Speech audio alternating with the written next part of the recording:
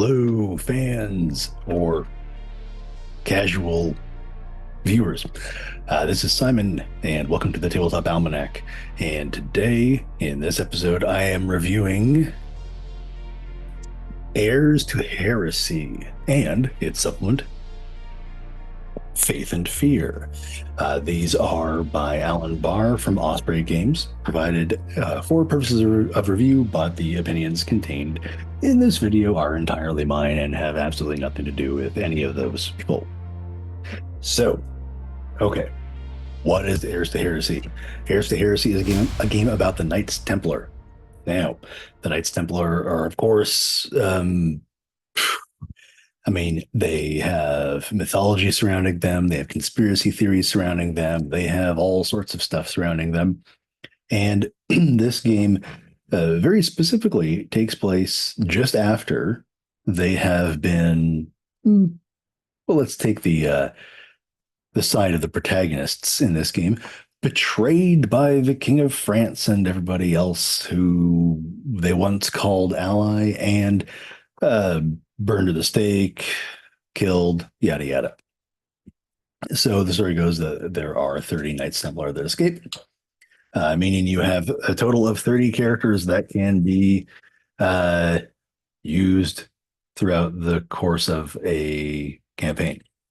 The introductory adventure, in fact, smartly takes place at that point. So you've all been betrayed, and let's flee the city and go.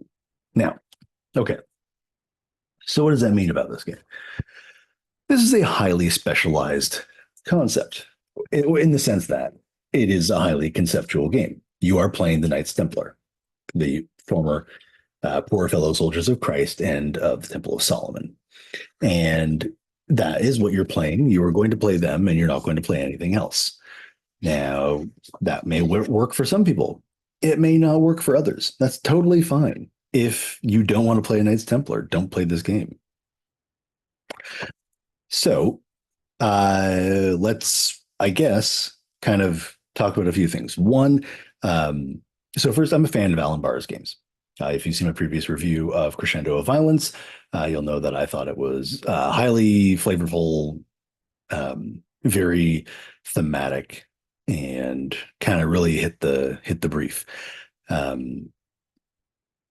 Here, it's the same thing. I think that based on what I've seen so far, when he sets out to write something, he achieves that goal. I have a few specifically Gallant Knight products that I'll bring to you soon, but I did want to get to this one. Now, it has a pretty brief introduction, which is fine. It's not a thick book. So the sort of, what is this? Who are you? What is the game? What is a role-playing game? Yeah, not really too much. There's like a page, and a page on what you do for your player, and a page on what you do for your game master, and that's sufficient. It's well written. A couple of things to note. One, the Templars and crusading orders and knightly orders, etc., have been co-opted by a bunch of pretty awful people these days. Not that they were necessarily the greatest people to begin with, but the game does want you to know that the author and anybody involved in it does reject the mores of those who have co-opted these symbols and these ideals, which is perfectly fine. Put it in there. You know what? Fuck fascists and keep all that stuff in there. The Vampire Masquerade book of "This game is not for you, fash." Perfect. Keep putting them in there. Keep telling them they're not welcome. They aren't. Okay.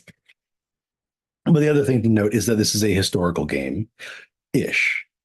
So note that if you are going to play it with rigid adherence to historical accuracy, there will probably be a lot of ideas and belief systems that we're not so cool with these days. Fine, yeah.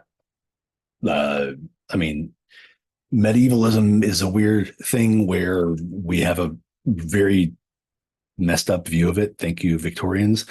Um, but nevertheless, it's not like they're any better than us, and we do some pretty awful stuff these days. So bear in mind that that sort of thing will happen then too. But don't bring them to your table. Use your safety tools.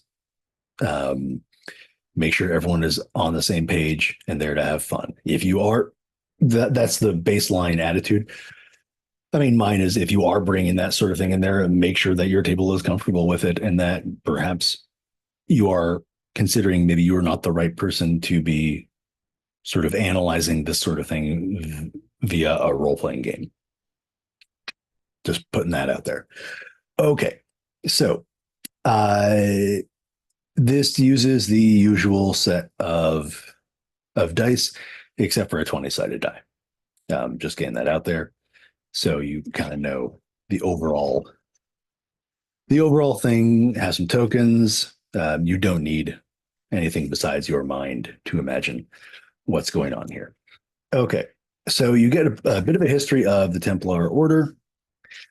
Because this game is not striving for rigid historical accuracy, if you would like to play a woman as a Templar, then do it, because that's fine. Even if you were playing with rigid historical accuracy, I bet you there were situations where a woman was in the order. You know what? Considering how little is fully cemented and how many stories are around them, who knows, right? Point being, don't be a dick about it and let people play what they want to play and who they are. The idea is that you are the sort of the younger knights, the future of the order, who are now put in this position where they have to literally determine the future of the order. It uses a base 2d10 plus attribute plus skill versus difficulty. A trivial difficulty is rated at 12. Something that requires effort is 15, and that's your basic test. If you hit that number on the dot, it gets a critical, which will have whatever effects you have. There's a fair bit that goes into sort of thinking about your characters, a set of questions about how spiritual they are, how they became a Templar, their level of education before, what have they seen combat, have they traveled, who are their friends in and out of the order. These are things that are good to kind of come beforehand because it'll help guide you in character creation afterwards. As another thing, it's skill based in terms of how it, and skill and attribute based in terms of how it goes. So that helps. You're not all playing the same class or archetype exactly. You are all playing Templars, but you've all got a bunch of skill points that you can divide amongst these things to help distinguish you. That being said, when you do get to character creation, and I do like how this is done, it's still pretty focused on that. When you're picking attributes, you are either a dedicated knight or a versatile knight, meaning you are either focused, honed in on one aspect of life, or you kind of dabble in a bunch of things. It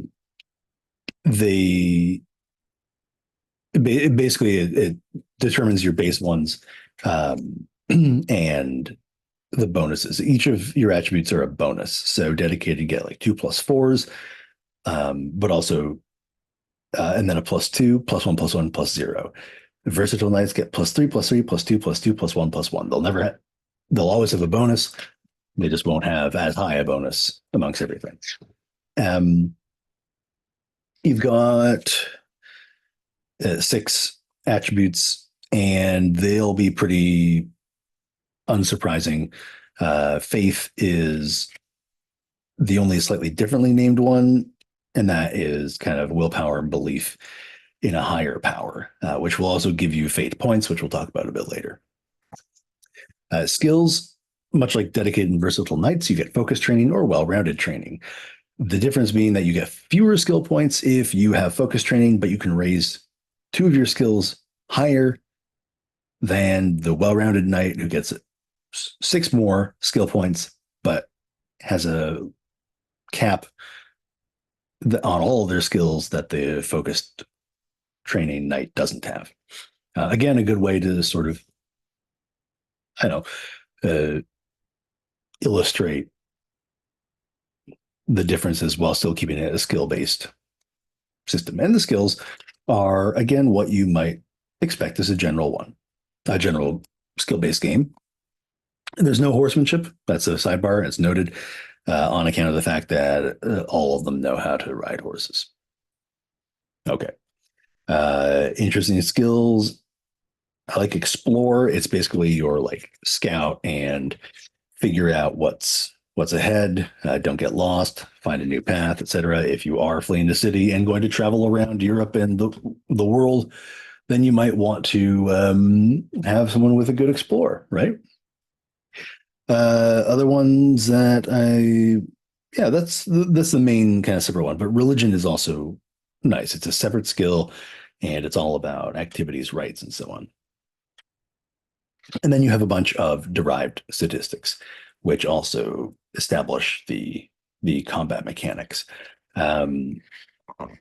Your stamina is your hit points. Your defense is your target number to be hit in combat. And then again, you all have the same equipment to start, which is actually quite a bit of it. But weapons and armor can degrade, so it's kind of good to, overload at the front or front load, and then oh no, my axe broke. Oh, I have my mace. Oh no, my mace broke. Well, I have, etc., etc. Armor reduces damage. Shields add to that. Don't have an offensive value. That's fine. I like shields that have an offensive value, but it's not a deal breaker. One of the neat things is that if you roll low, and I mean low on your damage die, that means a 1, it ignores damage reduction.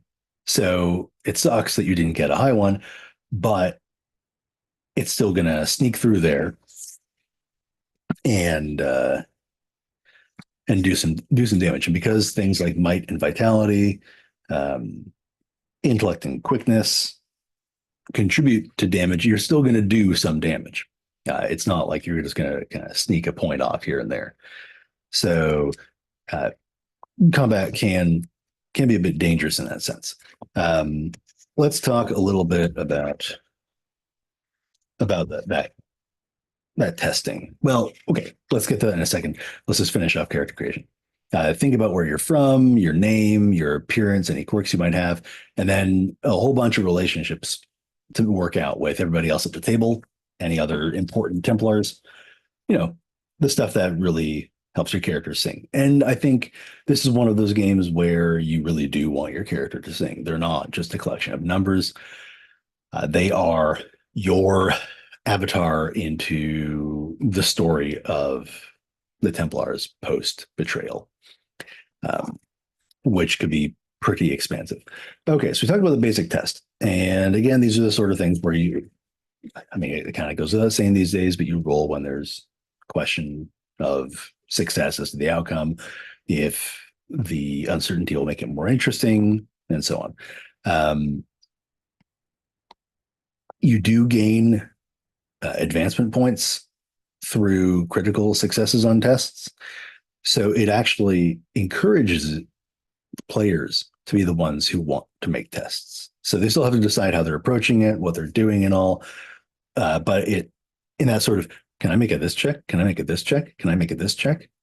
As the Grandmaster, GM, you are in fact encouraged to let them do that. And I think that's fine. I don't think if I really don't think that the suggestion is viable, then I may say so at my own tables. But if the rules of the game are to do this because this is how they'll get better, the characters, then I got no real issue with that. And nor do I at my table regularly if somebody suggests something like, could I make a this and that check to see if I can tell blah, blah, blah? Like, yeah, sure, why not? Only in most extreme cases will I probably say no, or maybe this instead.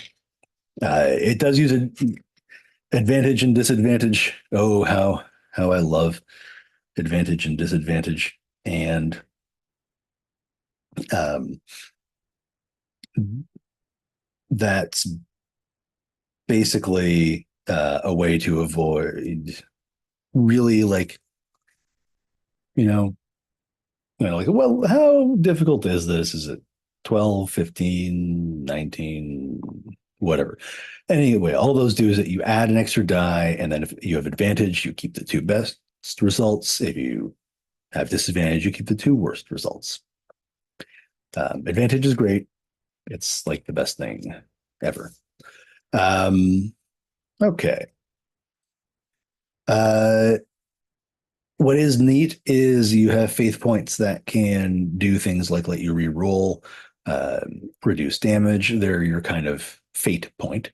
But they're also used when you are powering relics, gifts, supernatural abilities, and so on, which is neat. But you lose them when you break your when you commit sins or sort of break the vows of the order. And that's nice. Helps reinforce the intended style of play. Okay. Combat. Combat is, well, I paused, but there's no real reason to pause. I was just trying to think of what to say. There are two types of enemies: mobs, which you might be well familiar with from a variety of games. The concept has been around for a little while. Or fearsome foes, who are the enemies that are the Templars' equals. Mobs are just kind of common enemies, and because the Templars are supposed to be super competent and you're kind of outnumbered overall, they're much easier to take down. And every time you do, basically each point of damage kills a member, and they have a membership number equal to the stamina of the mob. They are reactive and only act when the Templar fails to deal damage. And they take an action for each failed action, which could be very dangerous for the Templar if they don't mow through them in the first place. A nice way of establishing a mob enemy, and both how easy they are to get rid of, but how dangerous they can be if the tables turn. And then, yeah, your fearsome foes are going to be a little more direct, a little more traditional in how you fight them. Let's see. It does use zones for combat. Hooray. I love zones. And I do love zones. I get it. Yes, they're not precise measurements. I actually like precise measurements too, but I do enjoy zones because this is more cinematic and it's a little easier to manage. Also, because you don't have exact range, so it doesn't matter. So you're encouraged to use a lot of zones in combat, but not too many. I think it's the sort of thing you'll figure out as you play it, having done so myself with Modifius's games, which use zones, the 2D20 system. Sometimes you put in too few, but, sometimes there are too many, and it's a real pain in the ass to move between them. I do like to use them personally in a way that also kind of represents the sort of mood of the combat, and sort of how I want the flow to go. So fewer if I want it to be pretty rapid, more if I want it to be like not plotting, but like ramping up the tension and the menace. Okay. The we talked about advancement points, and there's a sidebar that talks about um, every 4 sessions as advancement, then a Templar character should get a gift. And I'm not going to get to that later. I'm going to get to it right now because it's pretty relevant. And those are things like special talents and powers, um, armor of God, where you get to reduce damage further by your faith attribute. Um, Learning how to do a knockdown blow, or getting a third action in combat, establishing your nobility, more training, things like this. Um, the, the reason it says every 4 sessions is because typically these campaigns seem to run 12 to 16. Um, could be, haven't run a full campaign, but I do like, I think one of the things I sort of may have already said, but do want to kind of reiterate, one of the things I like about Alan Bahr's games is that you really do understand while reading them the goal, the aims, what he's after, and having a sidebar like this really kind of helps with that because, oh, okay, maybe playtesting or previous playing only lasted this long before they kind of felt it wrapped up. It's good to know. It can help you plan things out. Of course, you can change the rate of acquisition of these things every 2 sessions if you want them to get more able quicker, slower if you want to have a longer campaign. But they are sort of linked together. Other things I like that there are journeying rules. Um, Journeying rules. I mean, they call back to hex crawls of ye olden days of, or sorry, not ye, the olden days of gaming, and it's nice to have mechanics for it, right? You can say, oh, we moved this far in this time. Um, but it's nice to have a system which has, oh, here's some problems that can arise if you don't roll well. This is where Explorer is a pretty good skill to have. This is how much food is taken up here, and so on. I think one of the things you should be thinking about with this game is that it really is a flight from danger into the unknown, and having all these rules like the journeying one and the downsides and pitfalls that can occur are that they reinforce this idea of desperation and attempting to get away somewhere. If you were to run, I mean, I would want rules like that if I ran an Anabasis game, or the Warriors, which is the same thing. Um, it's, I think, especially important that the GM doesn't have full fiat in those situations because they've already, by concept of the game, stacked the deck against the rest of the players.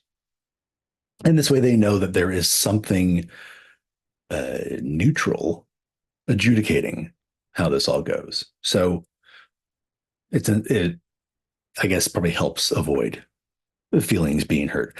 You fell into a pit again, or a landslide killed your horses. Oh, crap. But we rolled that instead of the GM is a jerk and kills your horses with a landslide. Why? Because I want to make it harder on you. Yeah, no. Mass battle rules. Always love mass battle rules.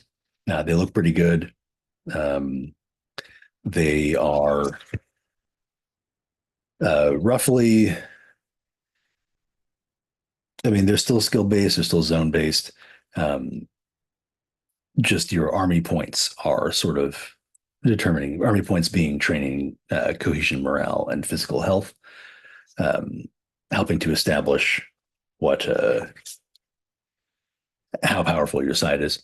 And then it's a lot of tests of the battle skill. So journeying's for those who took the explore skill. This is for those who take the battle skill. I do like it. It's not super super involved, but that's absolutely fine. Um, Sidebar does talk about them playing like a strategy game, um, which was intentional. And yep, I like that. I like strategy games. You'll see them here on this channel. Hopefully not too long. Got to put some minis together. Okay. Advice for the Grandmaster. I do like this. In bold, you can do this. And there's a lot of game mastering advice out there, and it comes in the form of game master sections of books. It comes in the form of podcasts, YouTube videos, articles, blogs, whatever, chat in Discord or whatnot. And that kind of means that you can run into a glut of it. And when you're going through a new game, kind of skip over some stuff. I, obviously, I don't do that because it would be a disservice to you, dear viewer. But I like that part. I firmly believe anyone can do this. And, you know, if you run into an obstacle, you'll figure out a way past it. As a bit of a sidebar myself, don't GMs out there, novice GMs, or people who are have been doing it a bit but feel a bit shaky on it, talk to the rest of the players. That's my advice, and tell them what's going on. They may have ideas, they may not. Despite taking on the role of game master, you are not solely responsible for everything running smoothly.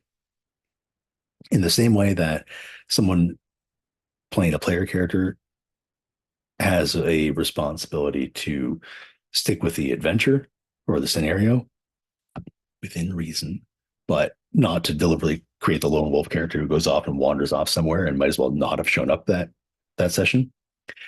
Um, you're also there to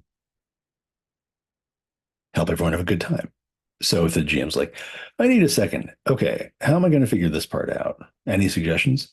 Nothing wrong with that. I've told players of mine in a game when running a pre-published game, I've, you know, lifted the hood and said, okay, in this situation, this is sort of the conceit or the intention. Um, Obviously, you don't have to stick with it, but that's, give me a second here because I've got to think outside of what they've written down. Because you did what every player always does is not what was expected by the writer or designer. So, okay, back to this. But the advice is good, and it's about treating people fairly, keeping it fun, keeping it moving, being prepared, and also just listening and adjusting. Right, that's probably the hardest part is adjusting on the fly. Like I said, there are ways you can make it easier on yourself.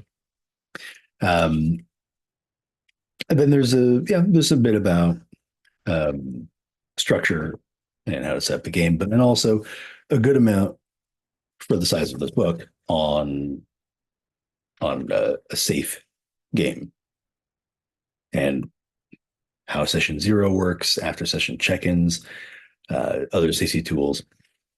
This game could get dark. Like we said, it's in a time period which may or may not be all that nice to people.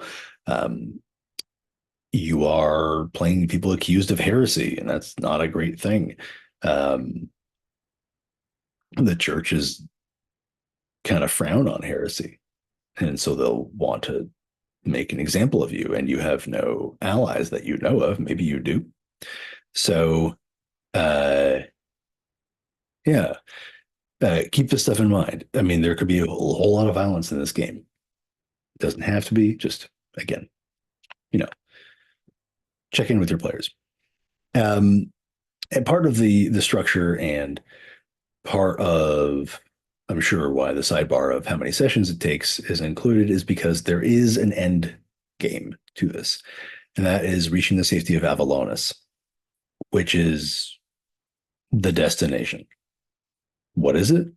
Well, you're given a whole bunch of possibilities. Um, it's a destination informed by the journey.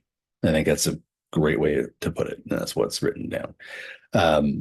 They may never reach it, but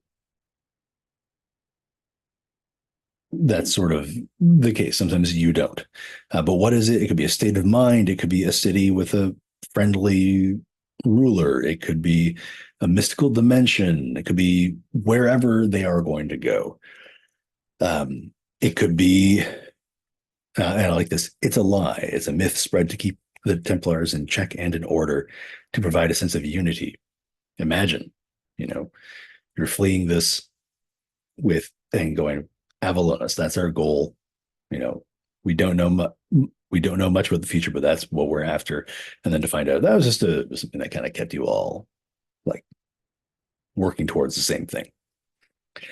So yeah. The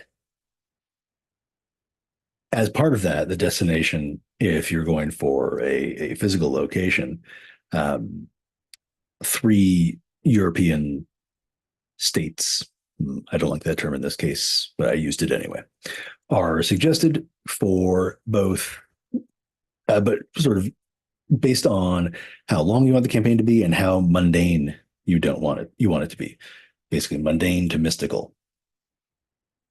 And that's kind of a fun way to structure your campaign, and also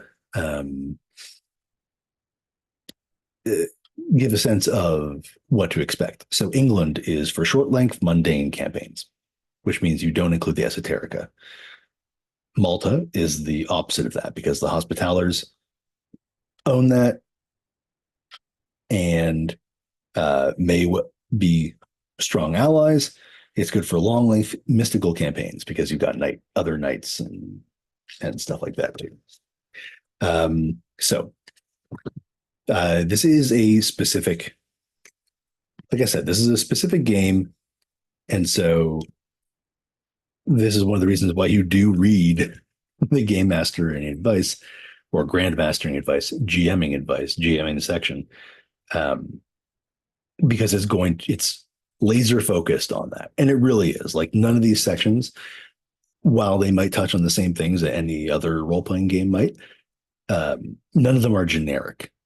Though you could apply them to other games, they're all about how you create a great Knight Templar story. Everything about deciding who founded them, deciding about other theories, what might happen, what did happen, who else is around, is there a grail, what's up with the grail, where are they going to go from here, are they going to form their own place, are they going to become that conspiracy that echoes through the ages, right? It's all in there, and it's presented very cleanly and clearly for you. Okay. And then there's an example given, which is nice, because why not? Okay.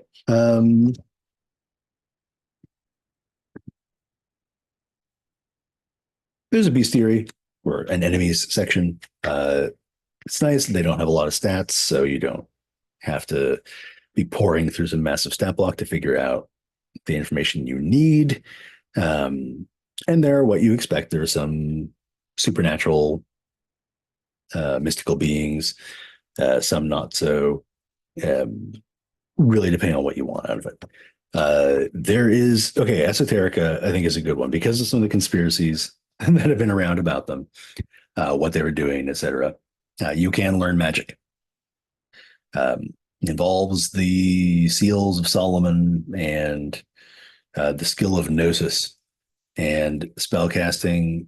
There's a variety of them. They either adjust probability, they can do damage with angelic light, invisibility. It's not that they're necessarily 100% unique, but they're flavored well, and they are ones that you might want. Now, the third circle, of course, is where it gets all wacky, and you can bind angels and demons. Um, and I like this one, as above, so below, where you enact a piece of heaven on earth, and it helps everybody recover a lot of stuff they might want, but you can only do it on the Sabbath. Fun that way. Talks about bargaining and things like that. If you can interact with angels and demons, then you might definitely want some guidelines on bargains. You can get a lot of blessings from different saints, which is fun. Basically, you spend faith points to automatically succeed on different skill tests related to that saint. Um, there's martial esoterica, so if you are a particularly preternaturally skilled combatant, you've got those there as well. They do they Mr. Alan Bahr, the author, cautions against using all of the esoterica in a game, though you could, simply because of the amount of power it gives the knights, which is fair, and that gives you something to do the next time you run it. Different esoterica. Let's try it again, but this time everyone plays base. And then, like I said, there's the introductory flight from Paris adventure. So it is, I mean, I guess it's the quick start. It's the intro adventure. And look, I mean, I'm not necessarily a fan of intro adventures in core books these days because it could be available as a PDF somewhere, but I do appreciate that not everyone is going to go the electronic route. However, I think that this one is essential to this game and has to be in this book because it's basically the prologue. And the prologue is always going to be the same thing. You escape Paris, hopefully. So, but what it does is it gives you a lot of different examples of trying out different tests and getting comfortable with the core system. And then how do you get out and what are you going to do? Right. So that's good. And then you've got the appendix has some sample characters and my favorite section on angels and demons with their names and information about them and what to expect from them. And that's just really cool to have. The demons outnumber the archangels, which are the ones put here, included here. But like, let's pick a nice one here, a fun one. Okay, Duke Crocell, Crocell. This demon appears as an angel, but speaks only in dark and enigmatic tongues unknown to the listener. And if you can bargain with them, it to grant you the ability to always know where the nearest body of fresh water is. Do they have? I thought he did put this one in here. If not, then I just kind of got that stuck in my head after watching a particular horror movie, and it just came to me now. Yeah, there we are. Okay, I'm not going to name a name because I don't want to spoil anything about that movie for anybody. But one of the director's initials are AA. Grueling horror movies has this demon or angel in it. And I'm not going to name names. The voice of is as music, as though lyrics were all they spoke. And yeah, the bargain. I could see people wanting to make that bargain.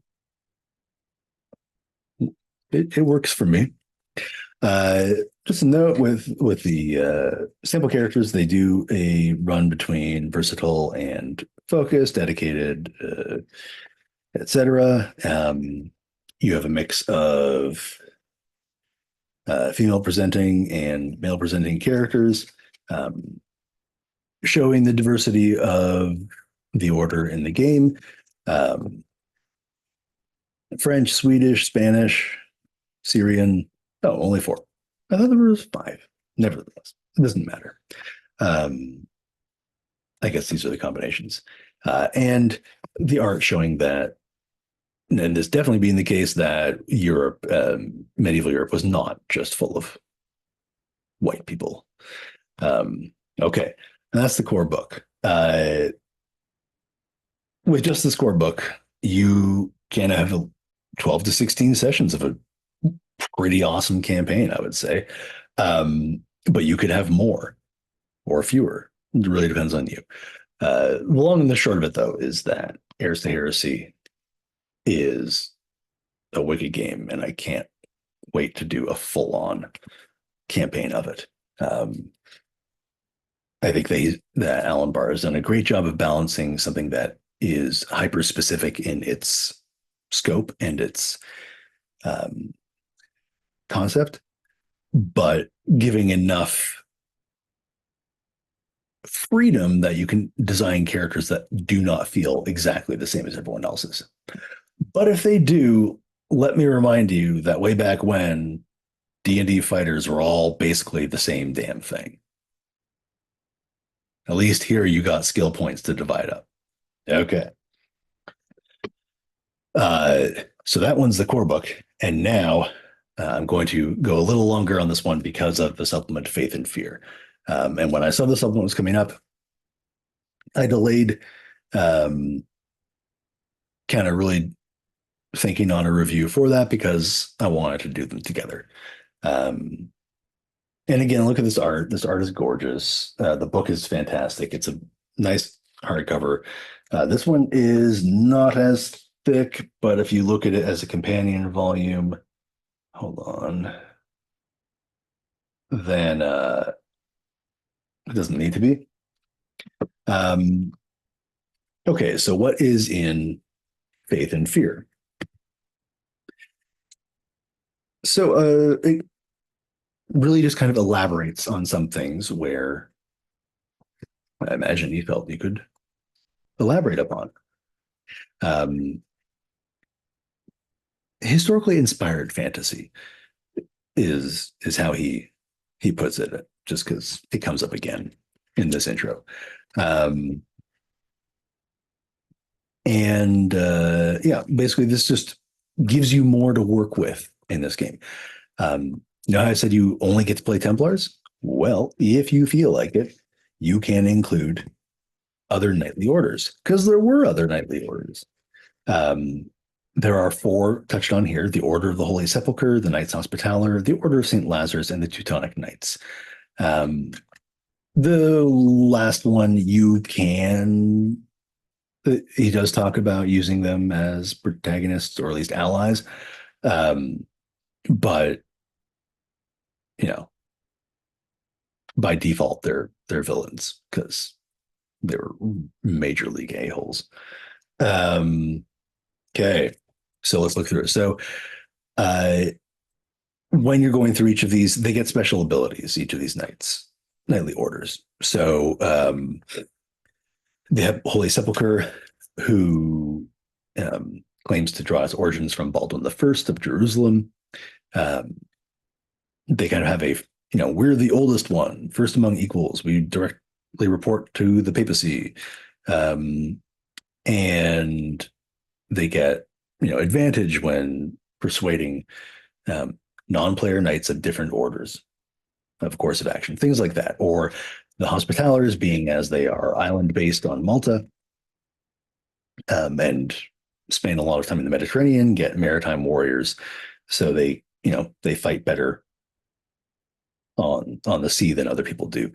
And also they can heal because they're Hospitallers. St. Lazarus, these are the leper knights, are particularly devout because being lepers, that's sort of what they got for them, going for them, I guess. And are also sort of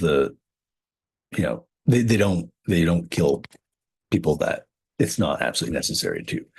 Um, and what I do like when he does talk about the Teutonic Order, um, is that yes, it's easy to make them the villains, because they really just were, um, kind of shits. But uh, not that the rest of the knightly orders were great, and that's pointed out.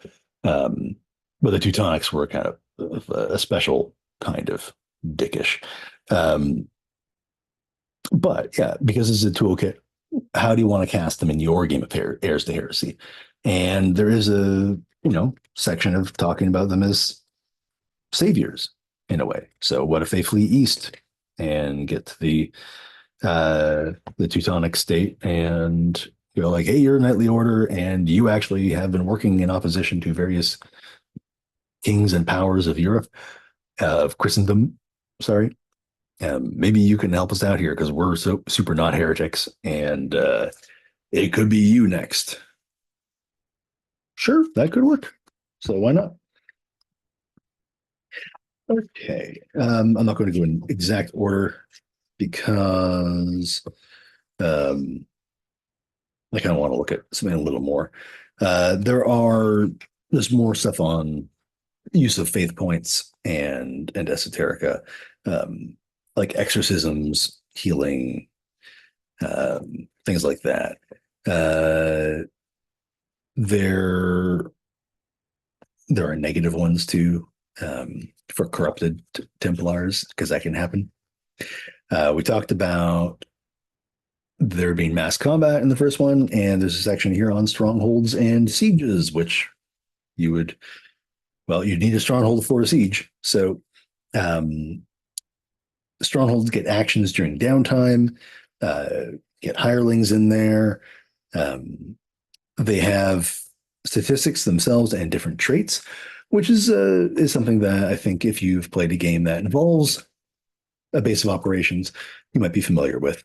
Um, the the attributes, of course, used on different actions and so on, but uh, the traits being really how you make it specific. In my review of Vegas, and I mentioned quite a few of them that can be applied to the castle there.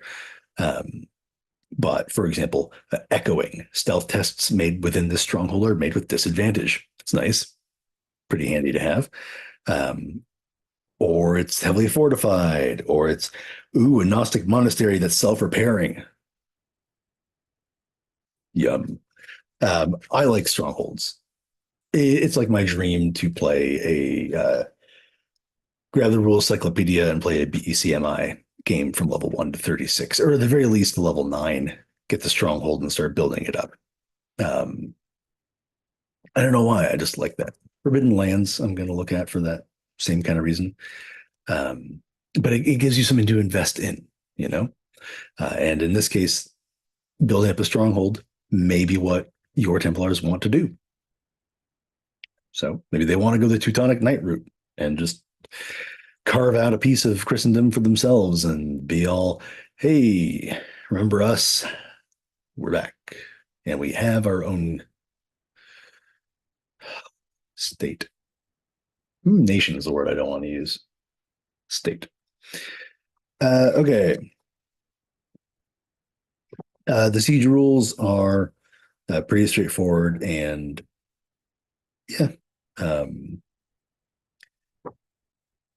go day by day, giving you actions that you can take during them um, until you decide to move to the next stage of things. But assaults and sallying forth are actions that you can take as a defender or attacker or defender. So there's still a fair bit of combat going on there. Okay. Otherwise, yeah, some new stuff, new relics like the Ark of the Covenant and stuff it does. The head of Saint John the Baptist, the Shroud of Turin, Lance of Longinus, little things that may or may not show up at various points. Uh, okay. Spy networks, how to create them, how to use them. They are stated as something that the Templars have and had um, extensively. And if you are on the run or trying to get revenge against the French king, then your spy network will be very useful. And so it's how to build it, how to use it, and so on. There's more stuff for different encounters you can have and the weather. There are new enemies with traits, new mobs, uh, dwarves to Teutonic knights. Well, all the knightly orders get them. Basilisks, werewolves, and then there are 4 adventures that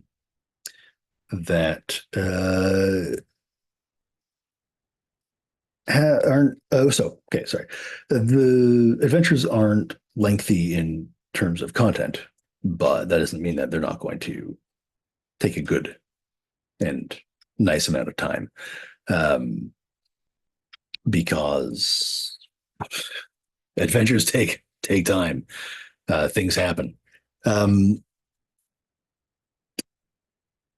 So they're written based on location, enemy, length of play, premise, and it gives you the GM some advice on how to set it up. Things that can happen, people that get involved. I haven't had a chance to play them, so I can't necessarily speak as to their like complete flexibility, but the way they're designed, you should be fine. There's enough information here for you to use and sort of structure the adventure around, but enough that it can be flexible to react to the player characters. So the last thing, there are solo rules. I have yet to do solo play for an RPG. That will change very soon. Not just for this game, but other ones that I'm going to feature on the channel. If you've played anything from Black Oath Entertainment, this would be Sacrifice, Caranathalis, what else? Under Ashen Skies, Across a Thousand Dead Worlds. The solo play here is modified from that. So if you're familiar with those, you'll be familiar with this. And so a lot of it seems to be the yes/no oracle. Actions and themes. I've looked at it a couple of times, and I don't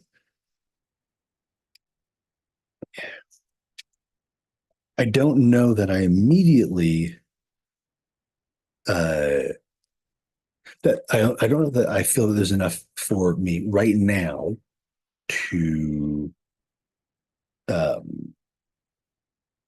get the sense of solo play in general. Since it is a couple of pages of solo rules, that's not a big surprise, and I don't consider that a fault. But you might be looking elsewhere for advice on structuring a solo game for yourself and then using these rules to run it for yourself. And I think the rules seem absolutely fine. The yes, no, the likelihood of an action or event happening, complications, combat actions for enemies, all these things during play look perfectly fine. It's just getting there that I'm personally going to be figuring out myself. But I will definitely come back to these once I have a little better handle on that. But there is a really quick random generator for the kind of campaign based on length, destination, like we talked about before, level of esoterica, scale, who's chasing you, who's are any relics involved, stuff like that. Okay, so Faith and Fear, an expansion to the core book, a supplement, like a literal supplement. It's not something that was critical to have in there, but it's super nice to have it.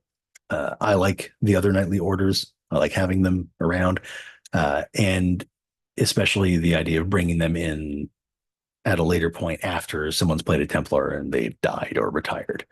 Then, oh, our friends in the Hospitallers want to send along an envoy.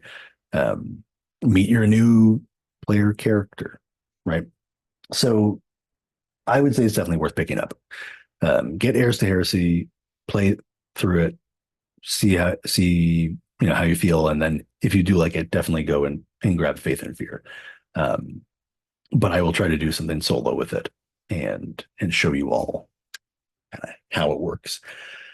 Okay, so I think I've said overall, but yeah. Heirs to Heresy, super focused game, aims to do a specific thing and sets you up for success at doing that thing.